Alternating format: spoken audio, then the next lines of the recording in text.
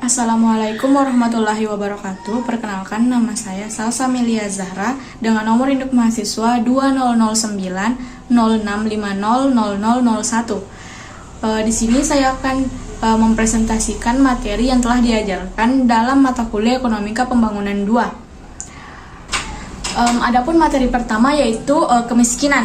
Kemiskinan menurut Kamus Besar Bahasa Indonesia merupakan suatu keadaan di mana seseorang tidak bisa memenuhi kebutuhan primernya seperti pangan, sandang, dan papan. Kemiskinan sendiri terbagi atas dua, yaitu kemiskinan absolut dan relatif. Kemiskinan absolut merupakan konsep kemiskinan yang dikaitkan dengan perkiraan tingkat pendapatan dan kebutuhan.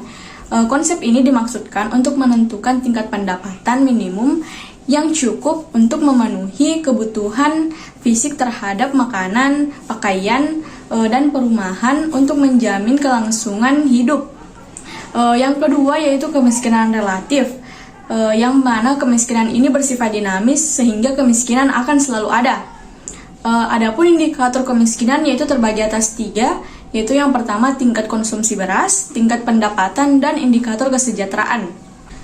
Penyebab kemiskinan ada banyak, namun beberapa contohnya yaitu rendahnya kualitas SDM, pendidikan yang rendah, terbatasnya lapangan kerja yang memadai, dan laju pertumbuhan penduduk yang tinggi, dan lain-lain.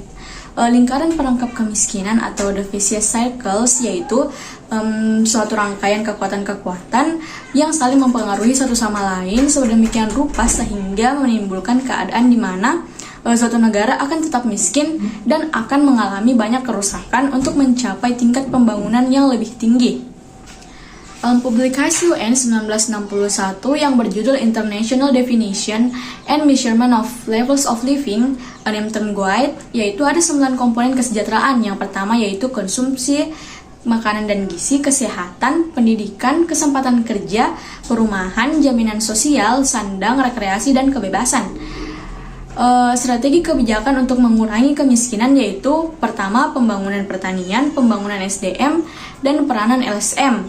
Adapun bentuk dan macam organisasi kemasyarakatan terdapat 4 kategori. Yang pertama itu LSM atau Lembaga Swadaya Masyarakat, yang kedua LPSM atau Lembaga Pembina Swadaya Masyarakat, yang ketiga organisasi sosial lain, dan yang keempat organisasi semi pemerintah.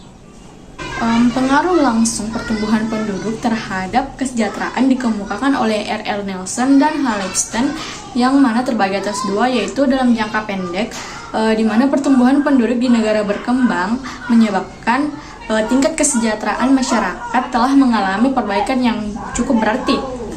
Dan dalam jangka panjang yaitu tingkat kesejahteraan menurun, di mana tingkat pendapatan sama dengan pendapatan cukup hidup.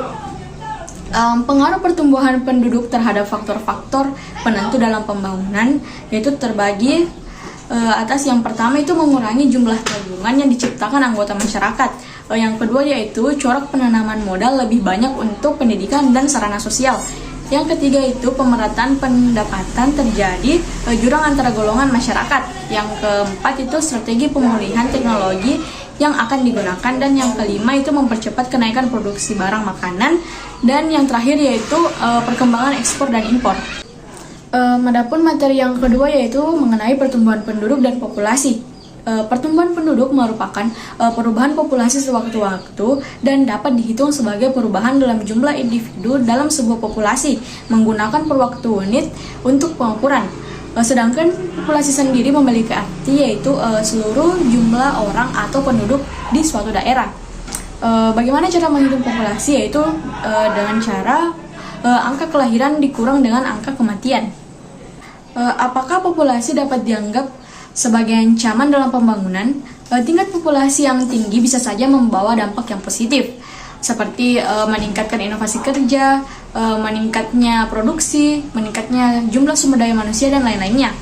Namun, jika pertumbuhan penduduk meningkat secara terus-menerus, ini juga akan membawa dampak yang buruk yang menjadi ancaman untuk populasi dan penduduk itu sendiri. Kekurangan air bersih, berkurangnya lahan, kekurangan pangan, pengangguran, dan lain-lainnya. Jika populasi semakin bertambah, itu berarti orang akan semakin sulit untuk mendapat pekerjaan. Mengapa? Karena hal ini disebabkan akan semakin banyaknya saingan, yang dimana orang yang tidak mendapatkan pekerjaan akan menjadi pengangguran. Sedangkan tingginya tingkat pengangguran akan sejalan dengan tingginya tingkat kriminalitas.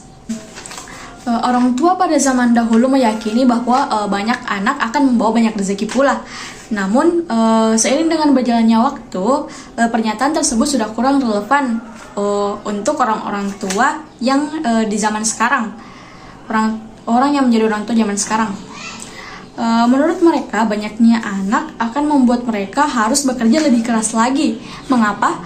Karena zaman sekarang ini bisa dibilang bahwa biaya hidup itu cukup mahal.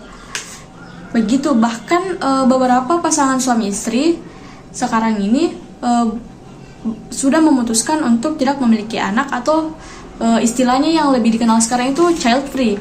Di zaman Soeharto sendiri, para suami istri diharuskan untuk mengikuti program 2 anak, dan juga di mana para istri itu diharuskan untuk memakai susuk di tangan mereka. Kapan populasi muncul? Populasi muncul setelah masa pre-agriculture, yaitu sekitar 12.000 tahun yang lalu. Orang-orang masih berburu dan masih berpindah-pindah sehingga belum menetap di suatu tempat. Lalu di saat masa bercocok tanam, orang-orang sudah mulai menetap, dan disitulah awal mula terbentuknya populasi. Pertumbuhan populasi terjadi disebabkan oleh pertambahan ataupun pengurangan jumlah penduduk akibat adanya, yang pertama itu adanya kelahiran, yang kedua adanya kematian, dan yang ketiga adanya perpindahan penduduk atau migrasi. Life expectancy atau harapan hidup merupakan perkiraan jumlah tahun hidup dari individu yang berdiam di suatu wilayah dari sekelompok makhluk hidup tertentu. Human capital atau modal manusia adalah segala sifat yang tersedia di dalam manusia, mencakup kebiasaan, pengetahuan, atribut sosial, dan kepribadian yang diwujudkan dalam kemampuan melakukan kerja sehingga menghasilkan nilai ekonomi. Bonus demografi merupakan potensi pertumbuhan ekonomi yang tercipta akibat perubahan struktur umur penduduk, di mana proporsi usia kerja lebih besar daripada proporsi bukan usia kerja. Sekian yang dapat saya sampaikan. Akhir kata, wassalamualaikum warahmatullahi wabarakatuh, dan terima kasih.